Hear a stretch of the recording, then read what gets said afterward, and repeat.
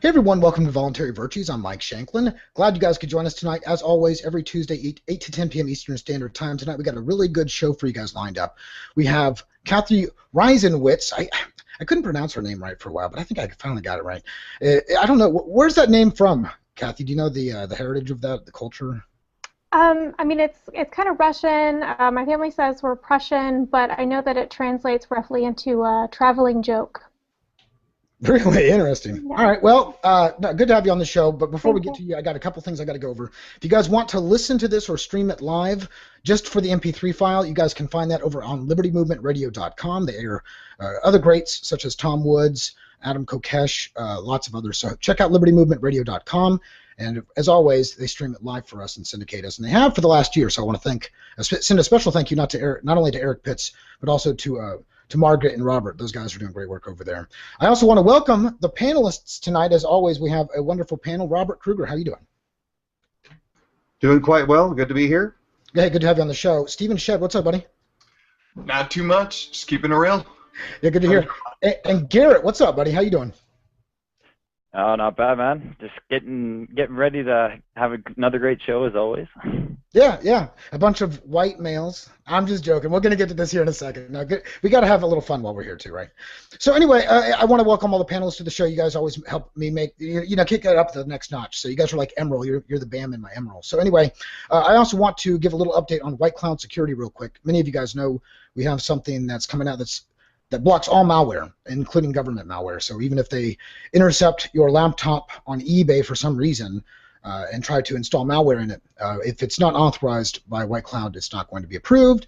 With other blacklisting antivirus companies, they obviously can't block that. So really excited about the launch of White Cloud Security. We had released it open to a few beta users, but we didn't want to give a full beta release quite yet on it until we got the site perfect. I mean, really, that's what we're looking for. No such thing as perfect code, but we're trying to code it as best we can, and we're doing a really wonderful job. So hopefully later on tonight, the CEO of the company, he's really pushing the team with these new updates. Hopefully tonight or by tomorrow morning, we're going to have something pushed out for you guys. But just know that the delay on this is actually to help out the actual software itself to make sure you guys have the best user experience out there. So thank you for all the tons of messages I've been receiving about that. It seems I get more messages about that recently than I have about freedom. I guess most people have already picked my brain on the topics. But anyway, I'm really excited to have Cathy on here. Cathy Reisenwitz is an editor at Young Voices and a DC-based writer and political commentator. She is editor-in-chief of Sex and the State and a blogger for the Huffington Post and writer for Bitcoin Magazine. Bitcoin, what's that? Just joking. Her writing has appeared in Forbes, the Chicago Tribune, Vice, Motherboard, Reason Magazine, Talking Points Memo, and other publications. She has appeared on Fox News and Al Jazeera America. She has spoken on topics of economic freedom, Bitcoin, and feminism at CPAC, Tea Party conferences, cryptocurrency conferences, ISFLC, the Heritage Foundation, and various other events, which there's nothing, I don't want to shun anybody for going to different venues, even if you don't agree with somebody. I say talk to everybody. So I think that's really good of you, Cathy, to go out there and to reach out to all these different organizations. But it is good to have you on the show. For those who might not know, we have had a little discussion on a couple topics as of recent, we could say. It really comes down to gender inequality and all that stuff. But before I get into that, I want to first of all welcome you, and then ask you what kind of an environment did you have raising? And this isn't a question I just am asking you. I ask this to everybody who's new on my show. Were you in a family that was political, apolitical? Did you go to homeschool, private school, public school? Were you unschooled? Did your parents pick like a party affiliation or party? What was your background like when you were younger? Yeah, so I grew up in Alabama, Huntsville, and I went to public school in Huntsville, Alabama. My parents are not Southerners, though. A lot of people in Huntsville aren't, so that's kind of why the accent isn't thicker. I grew up very Republican, and I didn't realize until pretty late in life that it wasn't normal to talk about politics around the kitchen table. So, very political. My dad listened to Rush Limbaugh. I voted for George W. Bush. That was my first presidential ballot. I used to read Ann Coulter like it was my job. And then I kind of discovered Ron Paul in college, and that led me to Reason Magazine and Mises, and I just got deeper and deeper into it. Loved the logical consistency of it. I loved reading about how the mechanisms of the market and voluntary exchange led to unimaginable innovation and prosperity, and started to get familiar with the horrors of the drug war and the concept of blowback. And then finally, I was looking at this whole libertarian thing, and I liked a lot of it, but it was just, I was a little put off by the stereotype of libertarians as, pot smoking, crazed sex fiends, and, eventually, though, came to typify the stereotype, and then I found Rothbard, and my transition to ANCAP from neocon was complete. So, yeah, that's kind of my story and how I came here, and then beyond the ANCAP phase, how I've gotten into, I can go into how I've gotten into kind of where I am now, which is kind of interested in the social justice, oppression aspects of liberty, which is what I'm focusing on now with Sex and the State. Yeah, so when did you start up Sex and the State? Started Sex and the State about a year ago. I've been blogging since 2009. My first blog was anarchocapitalismblog.com. And shockingly, not a huge audience for that, especially in 2009. But Sex and the State is definitely, catchier and has a little bit of a wider appeal. And I just kind of transitioned all my posts from ANCAP blog to Sex and the State. And I've been doing it, like I said, for about a year. And the purpose of it is to cover some areas which I felt like, I've been in this movement. I've been writing since 2009. I've been a libertarian since about 2006. And just noticed, I began to wonder, why are we not more attractive to, for example, single women and ethnic minorities, women in general? And so I began to research the topics which I felt like, might appeal to them, and realized that not nobody else was really doing it, but there was certainly room for more. And so Sex and the State is an attempt to take topics that, I'm generally interested in, and I've been a feminist since I was a neocon, which is a weird combination, but that's kind of who I am, and delve into those issues as a way to just kind of sate my own curiosity and also fill in some holes in what I feel like the liberty movement is offering. Yeah, it's kind of funny, first of all, that you did start in 2009. I started going really strong right at the end of 2008 and 2009 too. So it was the first time I ever used the word anarchist. I can remember it was almost a shock to myself, right? After all the indoctrination I'd gone through in all my life. But anyway, I want to ask you, what can you define feminist?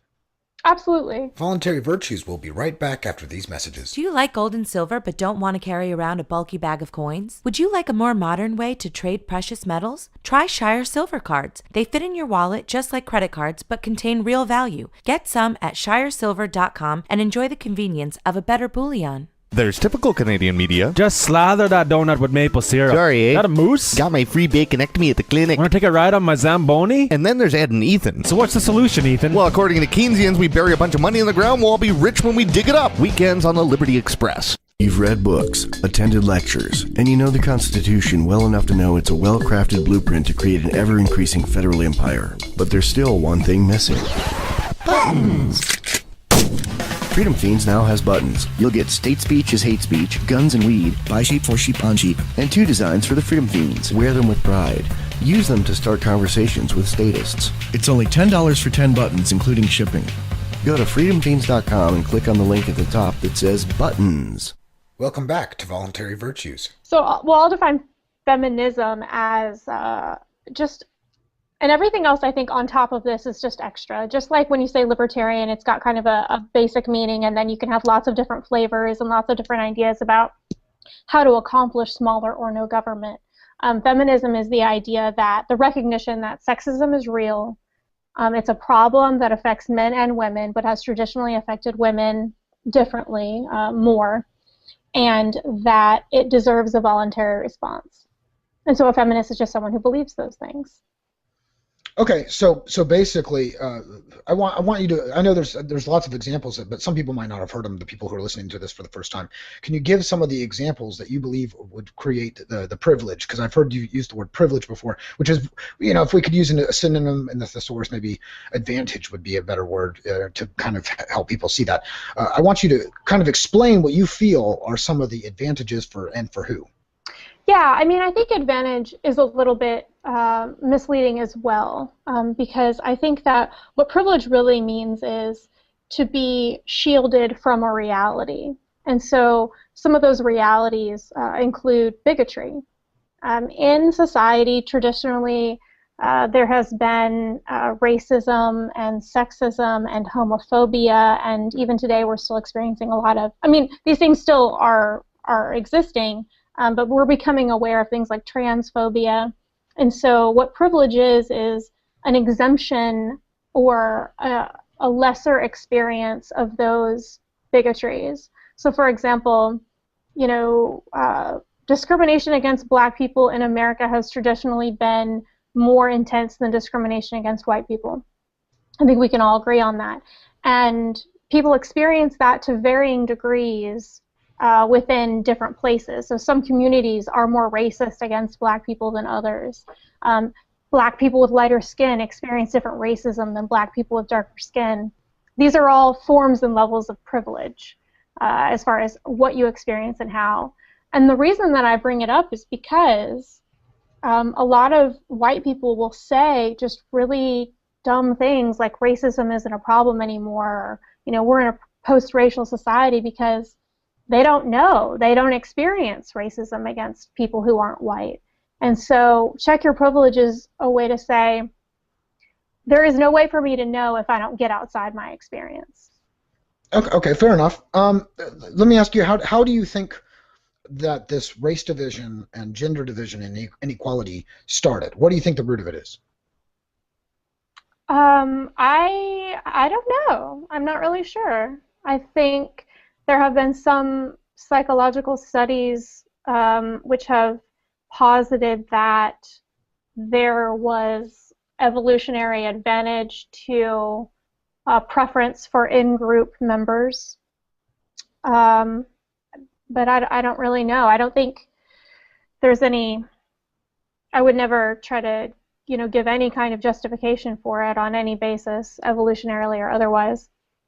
All right. Do you see any differences between race and gender, or are they both kind of in the same obviously they're in the same, context, but in general, do you see any difference between, like what's the difference between the problems that might experience with what you say is race inequality and then the differences with gender inequality? What are some of the differences, or is it almost identical across the board for you? Well, what I've said in a post called Top 5 Legitimate Grievances according to men's legitimate grievances according to a white female feminist, or I don't know what the title was exactly, but I do think race is a bigger impediment than gender at this point in America, and that's a very narrow view, and I fully admit I don't know, but it does seem that way to me. I mean, I feel very I don't feel as I don't feel like being a middle class white woman is this like huge impediment generally, but it's something that I feel far less qualified to comment on. Fair enough. I mean, obviously we all have our own perspectives, right? I can't go into another person's body, right? So I understand what you're getting at. Yeah. It makes perfect sense. So what are you saying? I hear where you're coming from. So what do you think? When you say raises awareness or has to have a voluntary response, what is the response? I mean, I think it varies. What I'm trying to do is, first and foremost, let's get the state out of women's way, right? So let's make birth control available over the counter. Let's stop. 2 months ago, there were 700 anti-choice pieces of legislation in legislatures across the nation. Let's stop with that. Louisiana just proposed a bill that would register every woman in the state seeking an abortion in a state-run database. Let's make sure that we don't have thousands and thousands of rape kits expiring untested every year. I could go on and on, but, let's provide women property rights protection. Let's get the government out of their uteruses. Let's get them access to birth control. And I'm not even talking about paying for it. I'm just saying, hey, there should have never, from a scientific standpoint, been any impediment to access for emergency contraception for any woman, and not including women under 17. The state plays politics with women's bodies, and it's unacceptable. So first do that and make it a priority, because I hear a lot of talk in libertarian circles about tax rates in the Federal Reserve, but I don't often hear these issues talked about. The second thing I would say is, let's take a look at culture. We're all of the understanding that it's going to require cultural change to really advocate for liberty. We're going to have to breed in the culture an appreciation for personal liberty and an understanding of the mechanisms by which we experience economic growth. Well, why keep it to those areas? Or why have such a narrow view of personal freedom that says that the only freedom that matters is that's either touched on or inhibited by the state? For example, Sheryl Sandberg talks about in her book Lean In the fact that women and men experience negative perceptions of their likability related to their leadership abilities differently. So what that means is that when women are successful, they suffer a likability hit that men don't. Well, clearly, and for another example, women are expected to and generally choose to contribute more to childbearing and in the home than men, which these two things disincentivize women from fully engaging in the workplace and from contributing the same amount to their employed work and to their paid work. These are limiters to their freedom to lead and to succeed in paid work. And I think that it's unfortunate and short-sighted and myopic to not be interested in those kinds of freedoms and that kind of market. These are limitations on the market for what women can contribute to the economy, which I think, thinking people should be interested in. I got a few more things. I want to open this up to the panelists, and while we're on this topic, before we move on, and they have a question that comes back on this. Does anybody want to talk about something we've already talked about recently? Go ahead. Well, I did want to agree with Cathy that it looks like, at least from my understanding of the material that I've read and heard, that a lot of these issues that she's talking about are really not in the forefront of libertarian dialogue. They're not brought out, and quite frankly, one of the primary causes that libertarians and anarcho-capitalists should be fighting against when it comes to the state is the restriction of access to medical care or drugs that would be of benefit. And the way that it's done so politically regarding women's reproductive rights is just abominable. I'm certainly all for advocating for everyone being able to buy whatever the hell drug they want, whether it's penicillin or an abortion pill or whatever it is. So the fact that that message has not been voiced, certainly, it's a good thing that you've stepped into that position and started to voice it. But I guess for me, that is a part of the libertarian platform, so that's why I have no issue with it. And I guess I've seen other anarcho-capitalists and voluntarists saying things like get the FDA out, stop taxing for Planned Parenthood. Everything that you said, I've heard other anarcho-capitalists say. I've said things like that before in my other videos. So are you talking about maybe on the volume of that text being reaching out onto like en masse? Or is it, because I do see some people out there, I don't see many anarcho-capitalists in the mainstream in the first place. So is it really the problem is that anarcho-capitalists aren't saying it, or is it the fact that anarcho-capitalism isn't mainstream?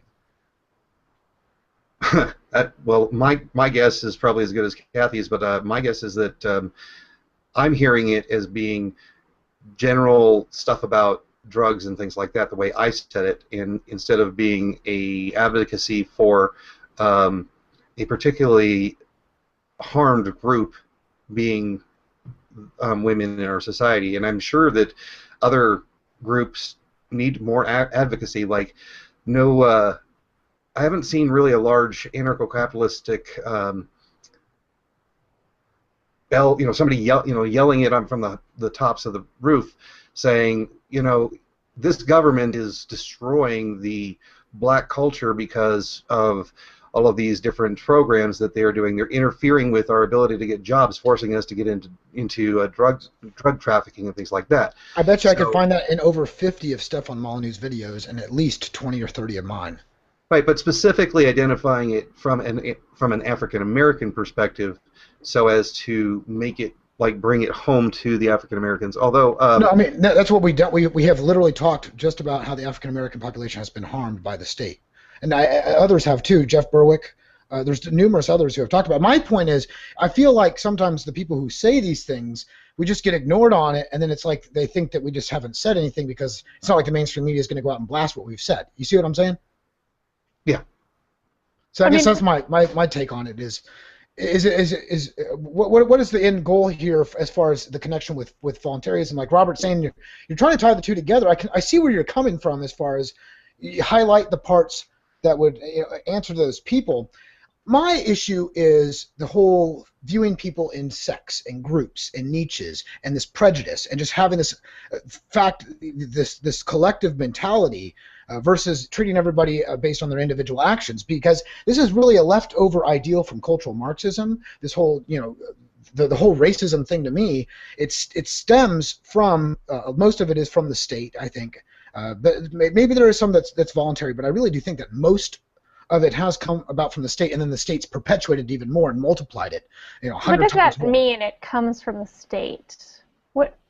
I don't really understand what you mean by that. Well, if it doesn't come from, that's what I was asking you. Where does it? Okay, because if we wouldn't have had, let's look at the races right now, because there's different races and different cultures. If we wouldn't have had China's and America's and Venezuela's and the rest of this nonsense and all these little chunked up, violent monopolies all throughout the world in governments, we would have already been I wouldn't call somebody a Chinese person who lives in in the year 10,000, if there's no China, if we end China tomorrow and then in 10,000 years down the road, I wouldn't look at a person who then lives in the China region and be like, that guy's a Chinese person. I would be like, no, that's Qinghuan and he lives over in this address. That's this individual. I don't like classifying people into groups and niches, and I think that only perpetuates the racism. It only perpetuates the inequalities in the divisions in people's minds when you do racism. Like if everybody else around me was worried about freckles and what the guy next to it, this guy has more freckles, so he must be dumber or stupider or doesn't have good hygiene or whatever racist anti-freckle thing they want to have about him, I'm not going to go and legitimize their nonsensical mental construct of freckles being bad and all the rest of this nonsense. That's Timmy, right? Have you ever talked to Timmy? Have you ever actually shook Timmy's hand? Have you ever actually asked Timmy what he thought or looked at his past actions? No. They prejudged him on his freckles. I'm not going to perpetuate that silly notion anymore, so why would I want to highlight it? I don't understand. What do you mean, why would I want to highlight it? So you're saying that we have to continue to talk about plurality and sexism and gender that happens, and I'm saying that what I've found best to work towards ending this gender inequality and racism in my life has to not even fall for the trick of falling into this whole race and gender differences and just treat everybody equally, and then that's how you build a better world, is through your own actions, is just treating everybody equally, and then hopefully others emulate us. There's not much else I can do. What do you want me to do? Run over and tackle and cage a racist or hold them down and shove a thing in their head like the Matrix? I don't have these abilities, right? I hate racists personally, people who focus or that wet back. Okay. Go ahead. Sorry. Let me ask you a question then. Go ahead. So why don't you just live freely? Why do you have a podcast where you talk about the evils of the state, but you don't have a podcast where you talk about the evils of racism, because you're gonna end the state by trying to change people's minds, trying to create a culture in which people understand the evils of the state, but somehow racism and sexism are different. No, good point. The thing is, when I talk about the state, there really are major differences that I need to point out. This guy's pointing a gun at other peaceful people and their property. This person is not. We need more people like this. In the other case, it's a mental construct that's illusionary. It's so what? The guy has more melanin in his skin than I do. I don't care about that. I don't care if other social Marxists from years back made up this whole inequality division system and then it spread like crazy.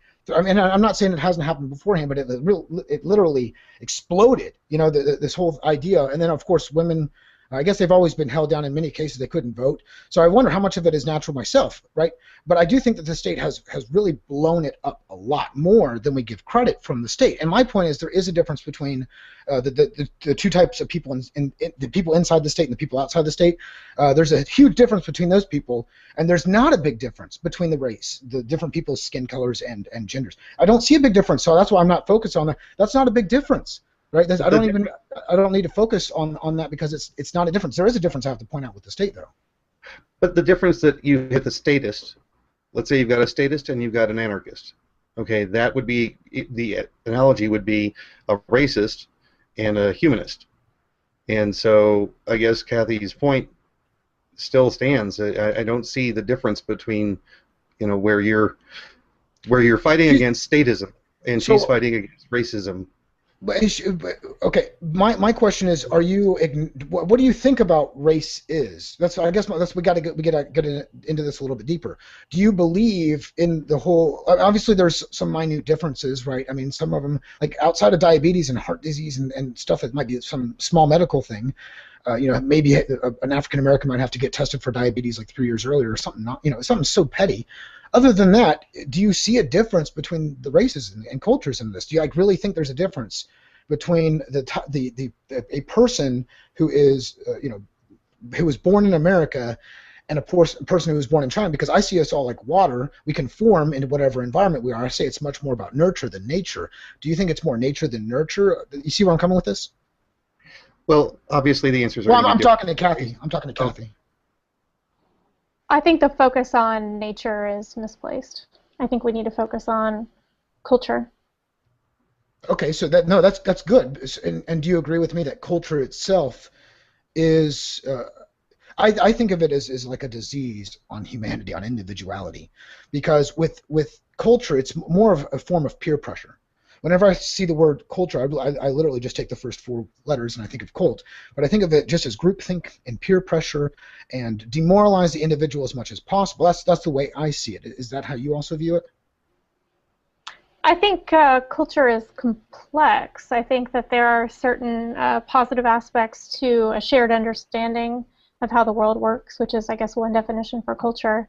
And I think that there are also individualism limiting aspects of it as well. I think what's essential, though, for culture is criticism, because there are aspects of culture which are maladaptive. And statism and racism are 2 maladaptive aspects of culture.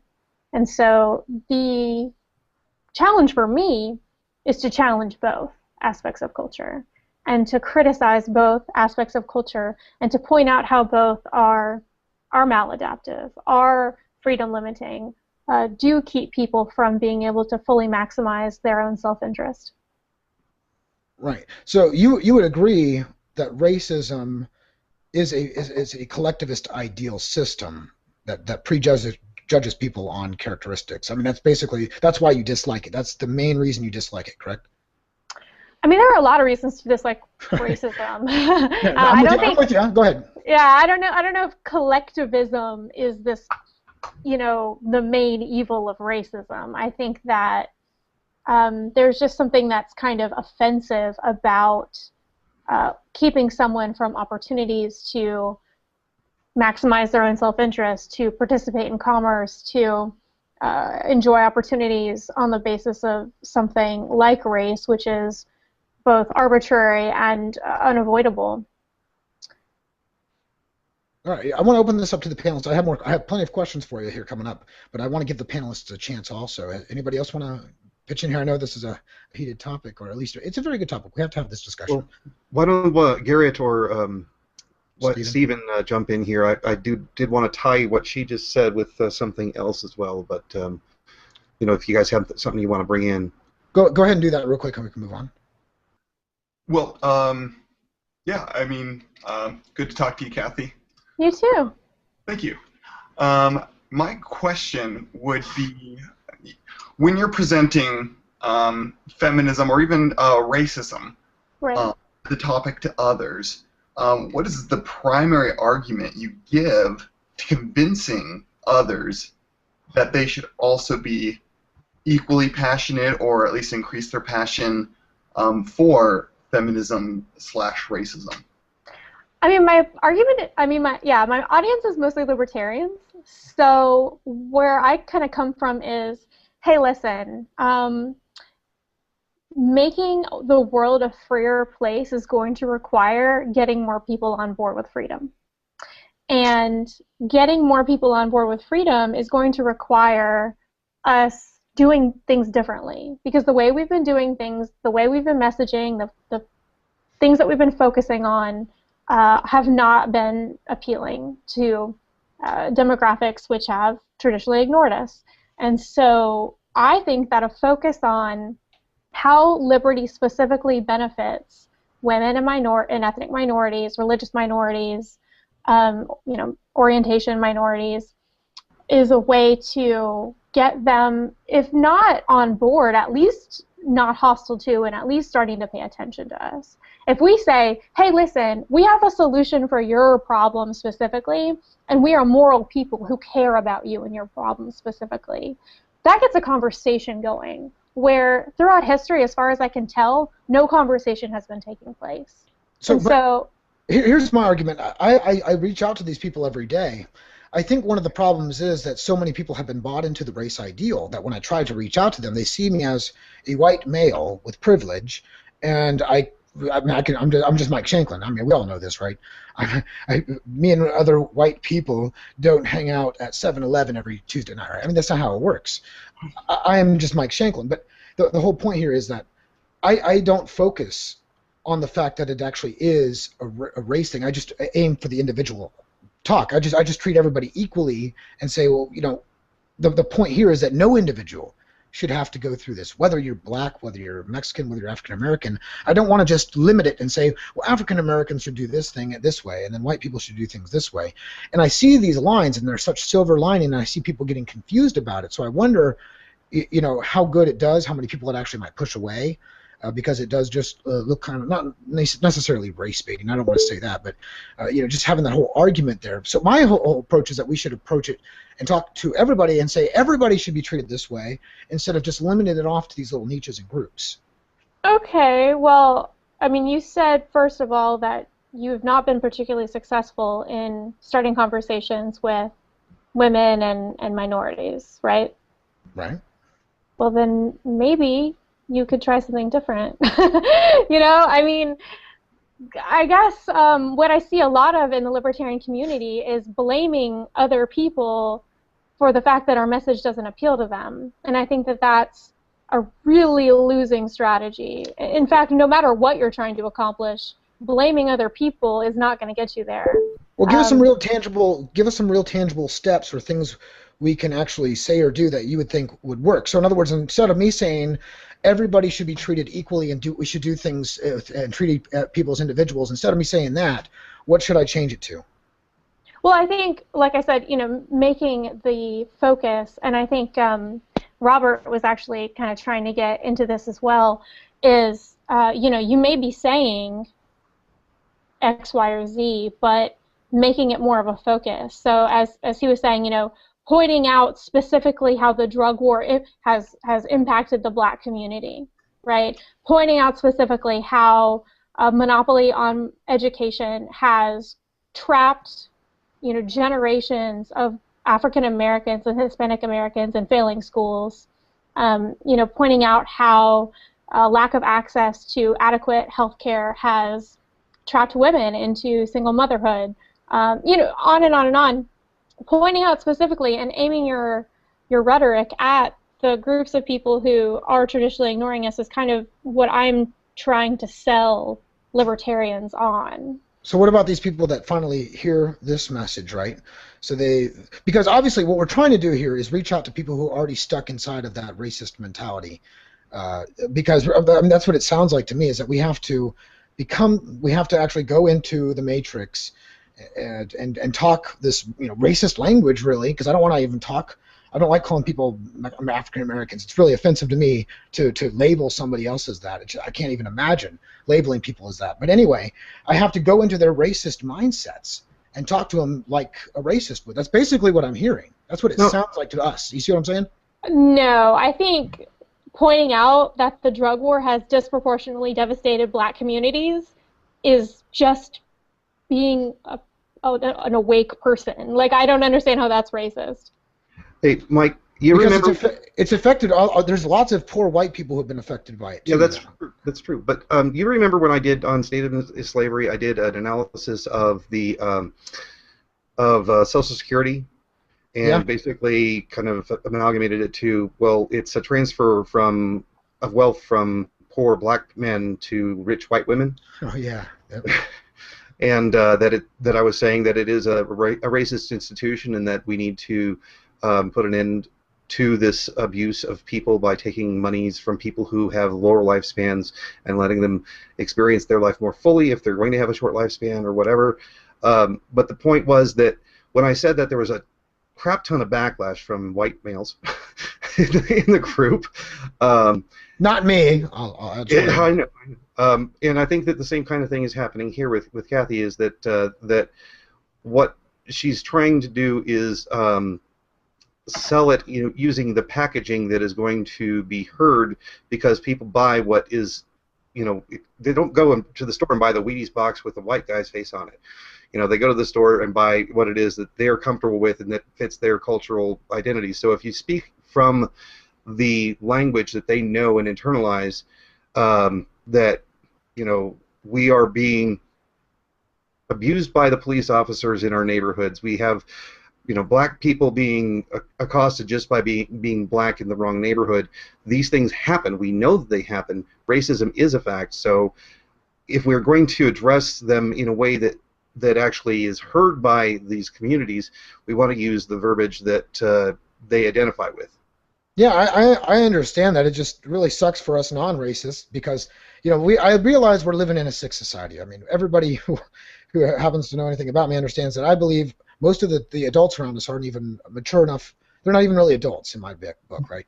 This is the way I view the world. I think we live in a sick society. So yeah, I understand we have to talk the sick society language to the sick society to somehow cure them. It's just a little hard medicine for me to take, I guess, in some cases. So anyway, because that's what it is. I mean, that's what everybody's trying to tell me, but without trying to say it that way, right? See, I'm a really straightforward person, Cathy. I like to be very straightforward. So that's why basically what it is everybody else is really, because I came from a mixed family. There is nobody in my immediate family, brothers, sisters, mothers. None of our skin colors are minority. We are majority. We are all minority. So I come from a family where we don't even look at race. And then when I step into this world around me, and it is so racist, I don't even want to acknowledge it exists. I just want to move past it. You see what I'm saying? And I guess to me, what you're saying is we need to acknowledge the racism and point it out, and I have no problem with that whatsoever. Obviously, I want to call it any crime, but I also have an issue with kind of side putting this with libertarianism, because in reality, I think you would agree, and I know you've written this before, that technically you can be a racist and a libertarian, and there's not much we can do it. Once again, I'm a very straightforward person. I'm not endorsing racism. I'm just saying if there's my neighbor is a podunk, upside down, backwards hick, any skin color, and he hates another skin color. There's not much I can really do about it to stop it, right? Other than maybe just point out that he's racist, and that it's like if I go to a business and they kick me out because I'm white, well, I'll just tell everybody else, especially other people that they do allow as their customers. I'll be like, hey, I know you're not racist, but that business right there, they didn't let me in because of my skin color. Can you believe these idiots? You know what I'm saying? Oh, I'm not going to go there either, man. Thank you so much. I appreciate you, sticking up for me. That's really the voluntary management. That's all I can do, though. So other than pointing out. Go ahead. What's that now? It's not all you can do, though. But I wanted to get Cathy's opinion on what it was that I was saying. Is that kind of where you're coming from as well? Oh, absolutely. Yeah, 100%. Okay. Now, I hope you don't mind me redirecting here on this, Mike. So one of the things that I found that's a problem when it comes to dealing with situations like racism or sexism is that a lot of times people conflate demographic results with racism or sexism. For example, like the disparity in wage income, wages for men and women. Yeah. Having had a difference between the amount paid for one group versus another group, that doesn't necessarily have anything to do with racism. It can, but it also can be lifestyle choices and preferences for particular topics and fields of interest as far as career choices, or ability to provide an employer a consistent amount of labor time available and things like that. So do you think that that's something that you might have, with the terminology that you used regarding the Bitcoin thing, is that something that you think might have occurred there?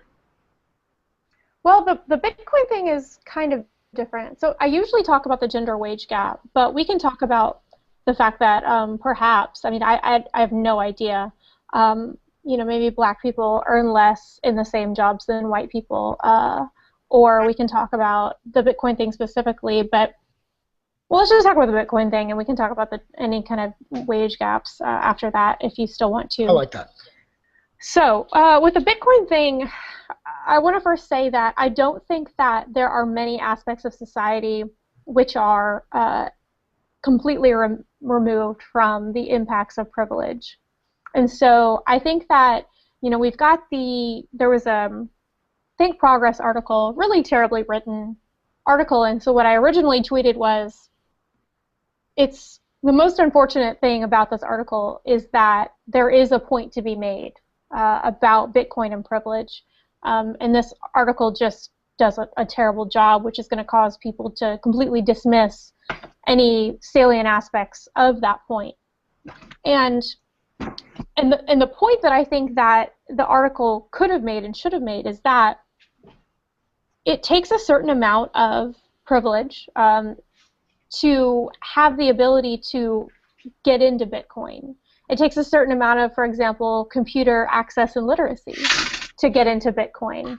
And right now, computer literacy and computer access are not evenly available. They're not 100% available, and that things like the public education monopoly, things like poverty, keep people from being fully computer literate and able to fully participate in the Bitcoin transformation.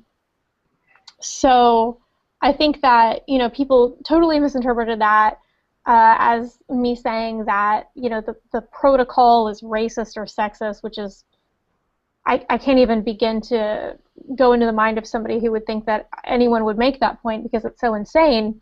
But Bitcoin, just like any aspect of technology, its adoption is majority men, and I don't know if it's majority white. The article said it was, but I have my doubts about that. But there is a paucity of black people in Bitcoin, especially as early adopters. To refuse to look into how the public education monopoly and how widespread poverty and how even the war on drugs might be impacting the black community's ability to be first movers in Bitcoin, I think is unfortunate. And to get really angry at people who ask those kinds of questions, I think is even more unfortunate. Well, I definitely see what you're saying there. We have,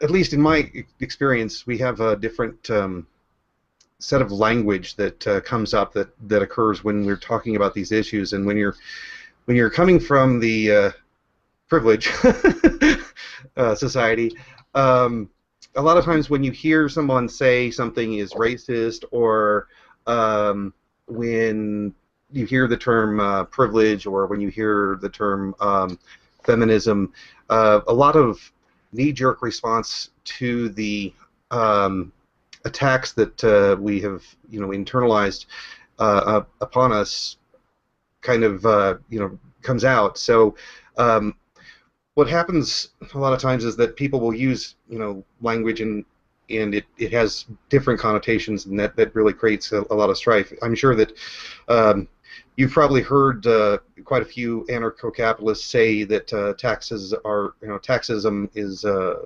slavery, Right. or statism is slavery, and for people that have come from a perspective from your side of things, maybe that is something that would be offensive. Incredibly, yeah, absolutely. And I recognize and take responsibility for the fact that I'm using slightly incendiary language when I talk about privilege. I definitely acknowledge the fact that check your privilege as a phrase has been used to silence people who are perceived as privileged, which I think is, does have like sexist and racist undertones, and I think that's really unfortunate. But I think it's to the community's detriment when we, first of all, are unaware of the way our language sounds to people who aren't us, and second, react with anger and vitriol when people use language that we find offensive as well. Because how we grow as individuals and as a community is, instead of dismissing people who challenge us, we take an opportunity to dig into why we're having such a strong reaction. And I think, this idea that we dismiss people who are making valid cultural criticisms as cultural Marxists or socialists is a really good way to stay ignorant. And it's something that I want to see change in the community, and quickly, and I think needs to, if we're ever going to, like I said, appeal to people who are not interested in hearing about how taxes are slavery. Hey, real quick, I want to ask about, while we're on the topic, do you think that chain slavery is the only type of slavery? Is that why you don't like that term? We need to pay some bills real quick, but stick around. We'll be right back. The Journalistic Revolution is putting together an Indiegogo campaign to help fund a documentary on the Porcupine Freedom Festival in New Hampshire. Head on over to journalisticrevolution.com or indiegogo.com and search PorcFest The Experience for more detail. We have plenty of perks for you to choose from if you do choose to donate. And don't forget to check out our YouTube, Twitter, and Facebook page, all of the same name. Don't look to be free sometime in the future. Live free now. You can help the Freedom Fiends without even spending a post-1964 dime. Download uTorrent and start seeding Fiends episodes and DVDs to help keep us drone-proof. There's a Torrent Club link at the top of freedomfiends.com. There you'll find our torrent RSS feed and instructions to grab past episodes and automatically download new ones, even while you're away from the computer. Leave your computer on, seeding the torrents while you're at work or asleep. The more people seeding the Fiends, the more drone-proof we'll be when the boot comes down. Americans are so rebellious. Calm down and listen to two composed Canadians. This is how you end up with police cars burning in a Canadian Gay city. marriage? Sounds about as smart as straight marriage. Political action. No thanks. Ed and Ethan, weekends on the Liberty Express. I think the reason I and many people don't like that term is because there is a huge difference between, I guess, what you're calling chained slavery, and I'm offended by forced confiscation of wealth. I'm offended by any infringement of property rights. But to act like the infringement of property rights that happens when people are taxed and the lived reality of slavery are the same, I think is offensive. And if nothing else, is just really tone deaf. Okay, so then on the same type of thing. Sorry, that I didn't really. So just real quickly, to answer my question, do you think that chain slavery is the only type of slavery? She said no. Okay, good. No, I'll just go ahead. Sorry, Robert. Go ahead. Well, on the same venue, though, wouldn't you say that if somebody says, all right, well, what we have here is obviously racism, and for us to look at that and say, well, then you're completely denying the suffering that actually occurred under the horrible nature of the South during the pre-Civil War, that is racism. And for you to use racism now is obviously just a complete lacking of sensitivity to the term as it originally was applied. You could make that that terminology has no ability to be updated according to its its social time, and so it seems like there might be a double standard there. I think terminology, I mean, it's a I hear a lot, especially from libertarians, like words mean things.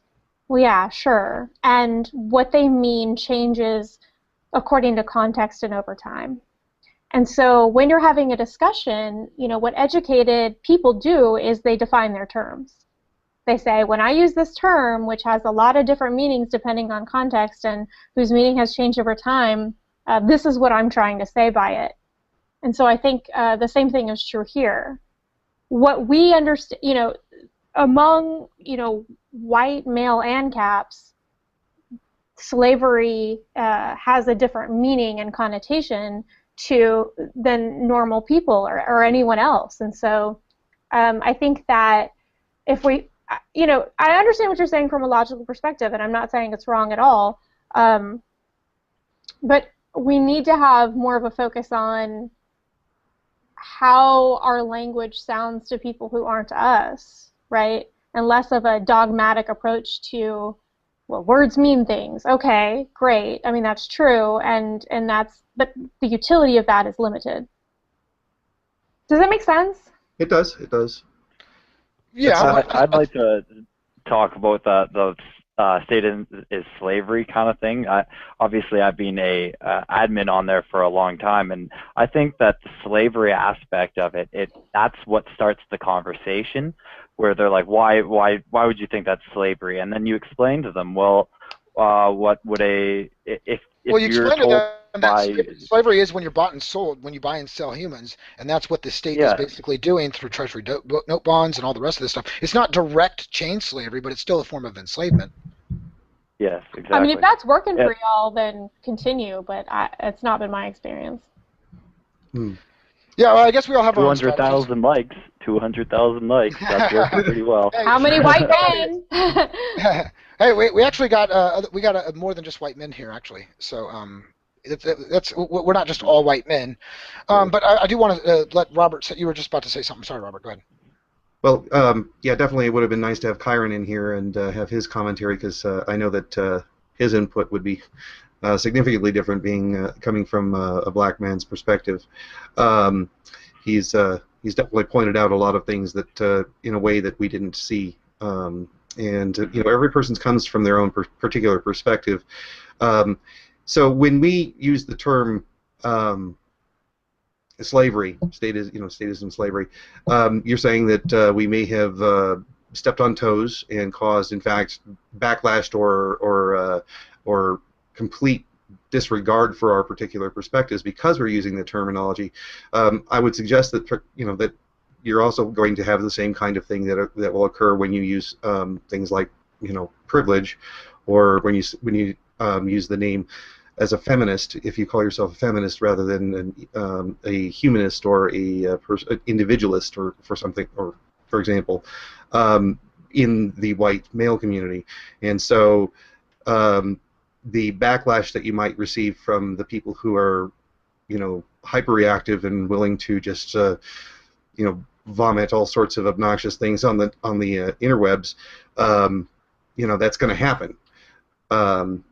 And it's kind of frustrating because it creates a lot more strife than there needs to be. And the frustrating thing is that how can you be able to communicate in an effective manner for people that we're trying to reach that are not from the already, you don't necessarily want to preach to the choir because you want to reach the people who are out there, but you also don't necessarily want to make the choir go, shame on you, what the hell's wrong with you, why are you using those words? So maybe having, I don't know, a disclaimer or something along those lines in these things may be appropriate. I'm not sure if we have that on status. Actually, it's going to be added into the page real quickly. So yes, I will explain how chain slavery is only one version of enslavement, and we'll go from there. I like that. Yeah. Yeah. So here's my real question here, Cathy. You've been a good sport. I want to thank you. Seriously, you've been amazing. So thank you so much. We had to have this conversation out in the open, and I hope it's been pretty civil, and I think so. But I want to ask you. So let's say we do get to the point, because I think what racism I do see, I do talk bad about it. You see what I'm saying? If I see somebody do something racist, I will post something on my status about it. So let's say I've done all this stuff and I talk about it. What is the next step after that? What do you think we should do? Like after because what I've heard so far is the plan to action is to just expose it, just to at least talk about it, which I see there's nothing wrong with talking about it whatsoever. I agree with you there. But what about after that? I don't know. I mean, my bag is cultural change. My bag is cultural commentary. My bag is selling ideas. So, if you want to vote for candidates that are anti-drug war, or you want to vote for candidates that seem pro-woman, who seem like they're the kind that would, get the state out of women's bodies and lives, then I guess do that if that's your bag. But that's mine, and that's what I'm doing, and that's what I think is ultimately going to be required for freedom is like I said, cultural change.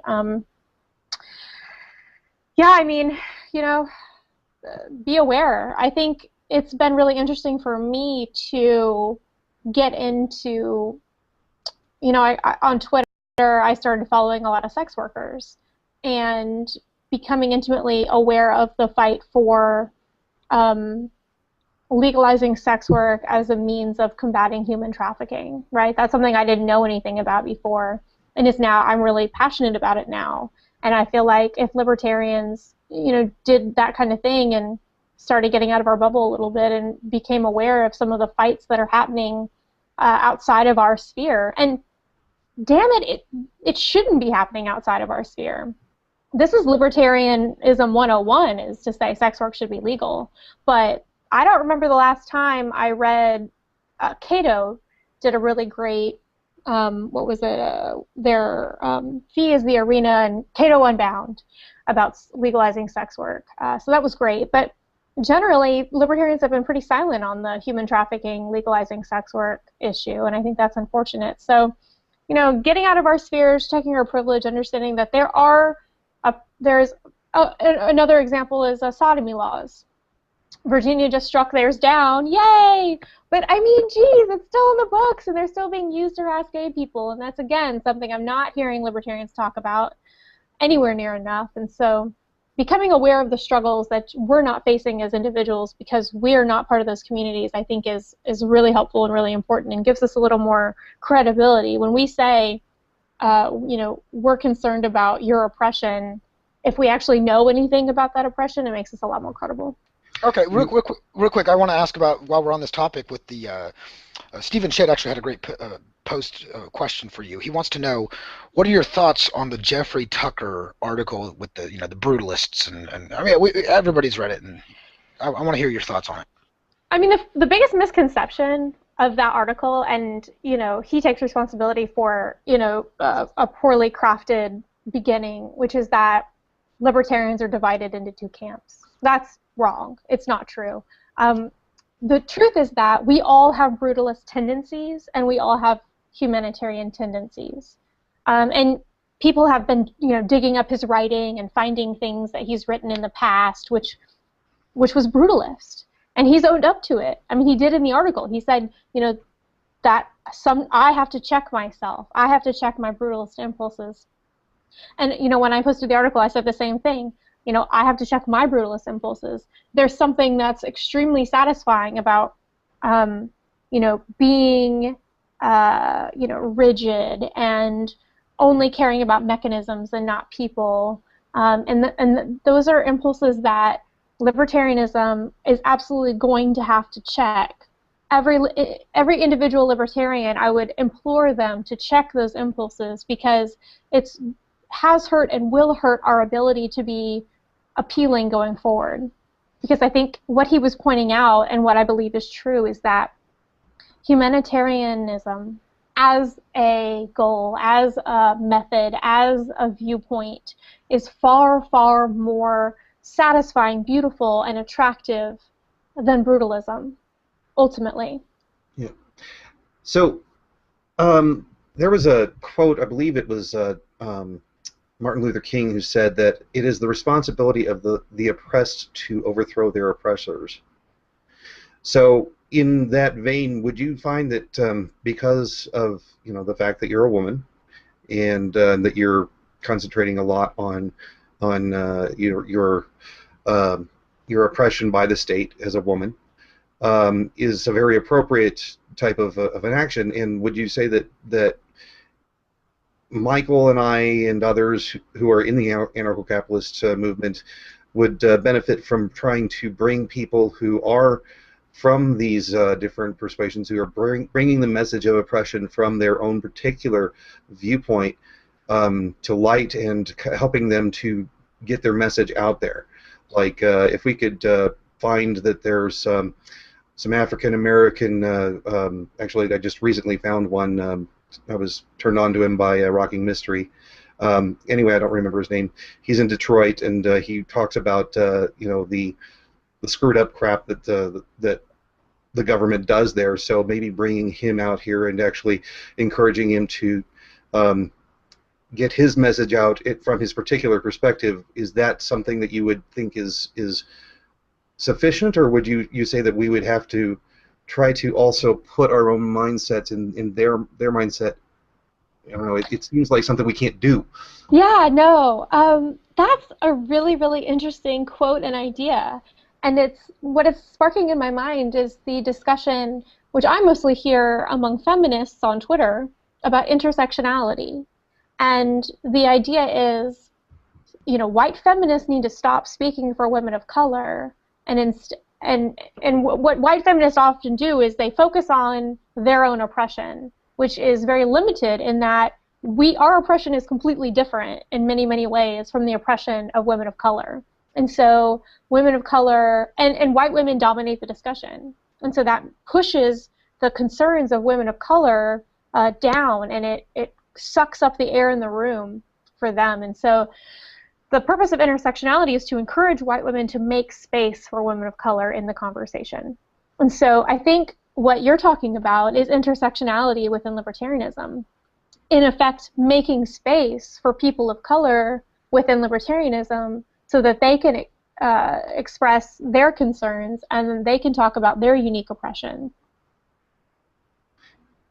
So you like the idea of bringing more people from that particular group in and helping them get their, letting them speak their message? I think making space within libertarian commentary for people of color is a wonderful idea, and I think it's great. And I've actually thought about doing a call for guest posts from men and people of color for the same purpose, to make space for them. Yeah, I think that would be really cool. But I'm actually going to have to go. I didn't realize this was a 2-hour show, but this has been really, really fun. This has been interesting. Thank you so much for being polite and having me on, and these are really, really interesting questions, and I'm glad we're having this conversation. No, good stuff. It's actually a 2-hour show. We only had you scheduled for the first hour. We're kind of going over. So, okay. No, good stuff. No, it was a pleasure having you. Hopefully I can have you back within the next few months, and we can go into new topics that might arise. How's that sound? Sounds wonderful. Awesome, Cathy. Cathy Reisenwitz, everybody. Say goodbye, everyone. Bye, Cathy. Bye. Thanks for having me. All right, we'll talk to you soon. Bye. All right, bye. All right, so good stuff, guys. Obviously, we had to have this conversation. I had to have Cathy on the show after what has been said over the last year. I think just the whole topic in general, whether it was her or somebody else, Chris Cantwell or somebody else, me or somebody else, the conversation needed to be had. So I'm glad we're talking about it. So I want to hear your guys' feedback now that she's gone and she won't be able to check back in until the show's the recorded version comes out. I want to hear what you guys have. Robert, you're the one who brought her on here, so let's start with Robert real quick. I think she did a pretty good job presenting her position. Yeah, I think so too.